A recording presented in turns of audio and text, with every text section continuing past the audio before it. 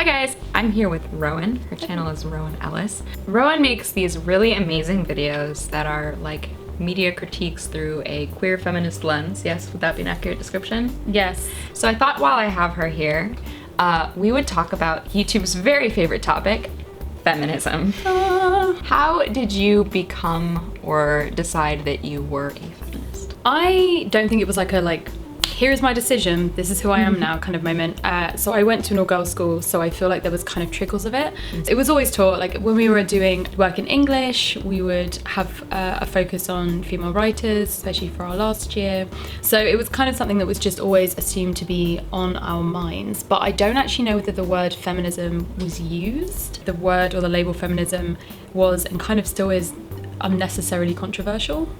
I was an advertising major at first. We would like deconstruct ads and look into what they were using to appeal to their target, and I was like, this is not great. Being a woman who really loves to consume like fashion and beauty and things, I was sort of like, oh, they are trying to hurt me to get me to do these things. I know that so much of it even still relies on like sexism and misogyny, as well as like various other kinds of stereotypes and damaging attitudes. So yeah, I totally get the whole kind of advertising being one of those gateways into like realizing how messed up stuff is. No.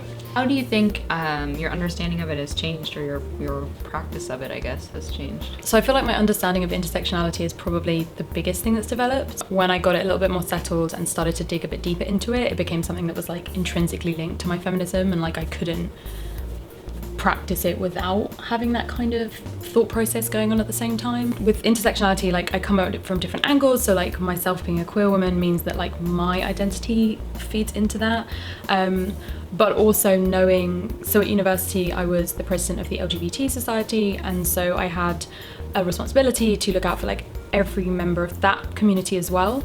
Are there people that you ban from coming and speaking at your university because you feel like their views aren't particularly productive? And a big one who has been banned is basically people who are trans exclusionary radical feminists. I didn't even contemplate that this was a thing that people would think, but it was a huge part of a particular wave of feminism. I feel like learning more about the history and the academia of feminism has often isolated me from that label and from that identity, because it feels like so much of it, when it was developing, seems very rudimentary, even though it was like very complex academic text. It doesn't feel like it has the kind of understanding that I often find from like Tumblr posts, from people who have experiences and have thoughts and have a community of people around them who are also influencing those thoughts and making them more complex and personal.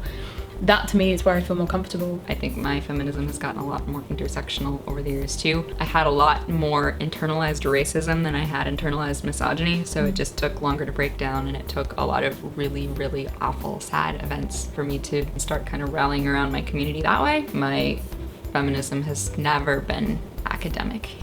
I have the Tumblr feminism, the Beyonce feminism. That's kind of my thing. It just feels very exclusionary in a lot of ways. I think I'm served much better by just like talking to women and hearing their experiences. The academic stuff especially is that it's like in a bubble, right? It's like someone writes something and it was true to their experience then, and sometimes they write that in fancy language with fancy words, but it is like a crystallization of that moment. And I feel like so much stuff is changing and shifting around society, around the treatment of gender in society, about our awareness that to hold on to those things that happened in a different time and place when you're discussing something that's so about people's lived experiences. It makes like no sense to me, even if it wasn't elitist and everyone had access to these texts.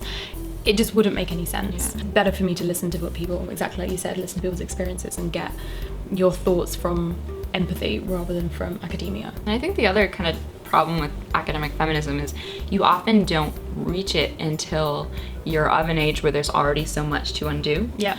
You see like younger women, like early teens, even middle school age, coming up in a space where like they don't necessarily have to be afraid of like claiming that label, or they're very critical of things like advertising like from the jump before they've already been damaged enough by it. It's just really exciting to see like this like group of teens come up where they're like, no, I believe in gender equality, and like I am really happy with the color of my skin, and like I'm queer and it's awesome. Like so early. Yeah. Our generation and generations before us, it took us so much longer to find that place. in the comments, I want to know, do you claim the title of feminism? How did you find it, and how has it changed?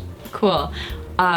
Go subscribe to Rowan if you're not already. I'll put all of her links below, and I'll see you next week. Bye.